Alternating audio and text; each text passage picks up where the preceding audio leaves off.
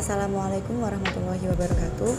Perkenalkan, nama saya Briatul Husnia dengan NIM akhir 0113, jurusan Pendidikan Agama Islam, kelas Kewarganegaraan B.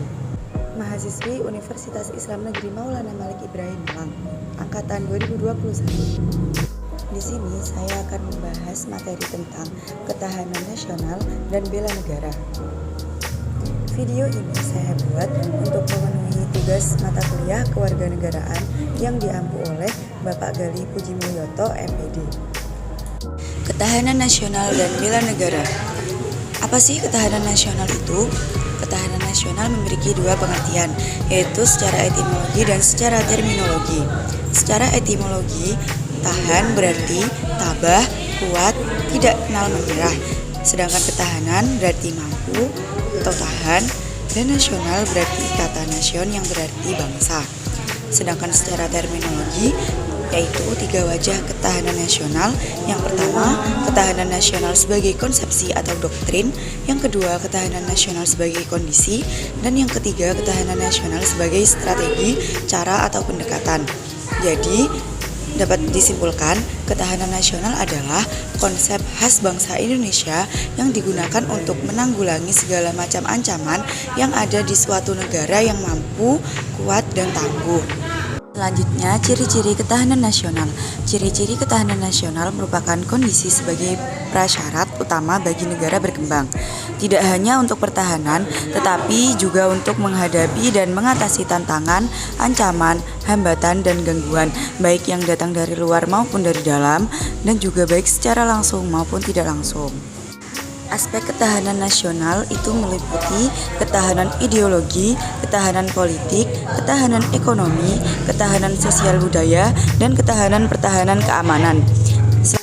Asas ketahanan nasional. Asas ketahanan nasional meliputi asas kesejahteraan dan keamanan, asas komprehensif integral atau menyeluruh terpadu, asas mawas ke dalam dan keluar, dan asas kekeluargaan. Selanjutnya, sifat ketahanan nasional, yaitu mandiri, dinamis, wibawa, konsultasi, dan kerjasama.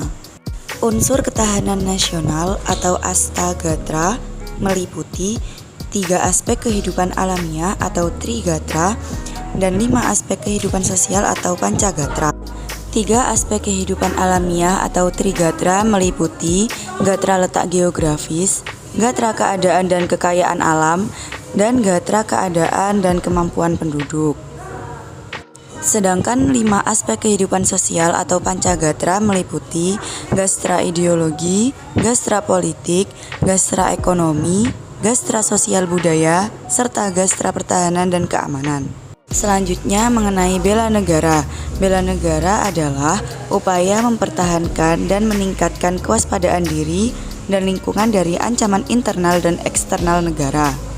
Bela negara dibagi menjadi 2. Yang pertama, bela negara secara fisik, yaitu dengan cara militer seperti rakyat terlatih, Hansip, kepolisian, dan TNI. Yang kedua, bela negara secara non-fisik, yaitu seperti mengikuti pendidikan kewarganegaraan secara formal, melaksanakan demokrasi, pengabdian tulus terhadap negara, berkarya, ikut aktif menanggulangi bencana alam, ikut dalam kegiatan mental spiritual, dan membayar pajak. Unsur dasar bela negara. Beberapa yang menjadi unsur penting diantaranya cinta tanah air, kesadaran berbangsa dan bernegara, yakin akan Pancasila sebagai ideologi negara, rela berkorban untuk bangsa dan negara, serta memiliki kemampuan awal bela negara.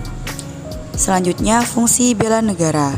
Bela negara memiliki fungsi sebagai berikut, yaitu mempertahankan negara dari berbagai ancaman, menjaga keutuhan wilayah negara, merupakan kewajiban setiap warga negara, merupakan panggilan sejarah.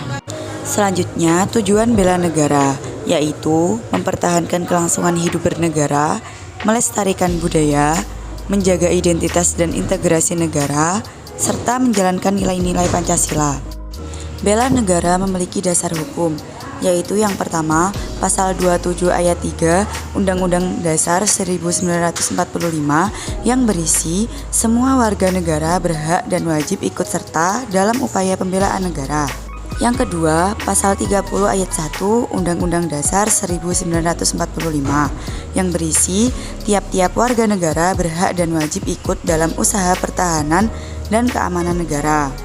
Dan yang ketiga, Undang-Undang Nomor 3 Tahun 2002 yang berisi setiap warga negara berhak dan wajib ikut serta dalam upaya bela negara yang diwujudkan dalam penyelenggaraan pertahanan negara.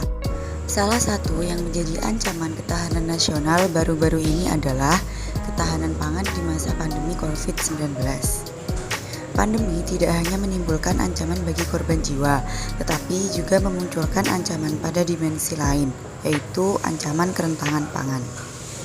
Dikarenakan adanya pandemi COVID-19, pemerintah menerapkan kebijakan pembatasan sosial berskala besar atau PSBB yang bertujuan untuk meminimalisir kontak fisik penyebaran COVID-19.